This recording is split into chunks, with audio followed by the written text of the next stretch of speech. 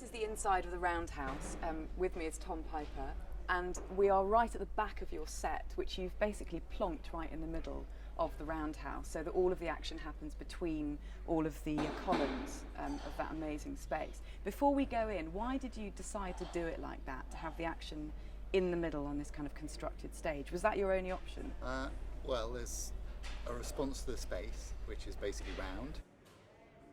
A lot of the design is based around the acoustics, creating surfaces that the voice can bounce off, but also creating a kind of focus within space. It's deceptive. It's a circular space, but it's set off-centre within the circle. So you get the impression when you come in that you're actually looking at a circle that's in the middle of the circle, but actually it's pushed to the back. So it does mean that most of the audience are actually sort of more towards the front. So it feels like it's in the round, but actually it's more like sort of that is the relationship.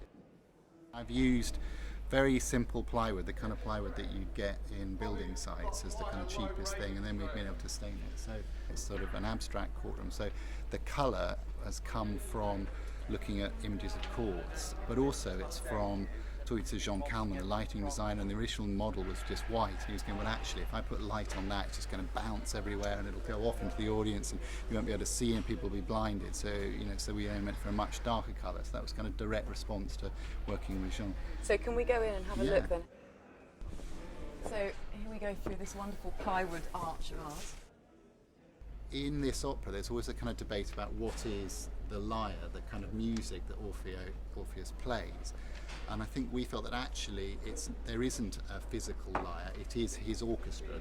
It's almost like he is a kind of rock god, and these are his sort of musicians. And the musicians really are as much part of the piece as the singers, and I think you want the audience to always be aware of them as part of it.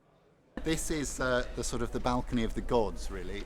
I mean, it doesn't look very godly because this is the basic sort of steel deck, and we're being very open about the way that this structure has been made, and that's a direct response to being in this quite industrial environment, and it's sort of famous for doing music gigs and stuff like that. So I kind of felt we don't need to hide any of the 21st century technology. So you can see there are lights in view up there, there are microphones, because people are being amplified, but very subtly, just so that it feels acoustic, but everybody in the space can hear.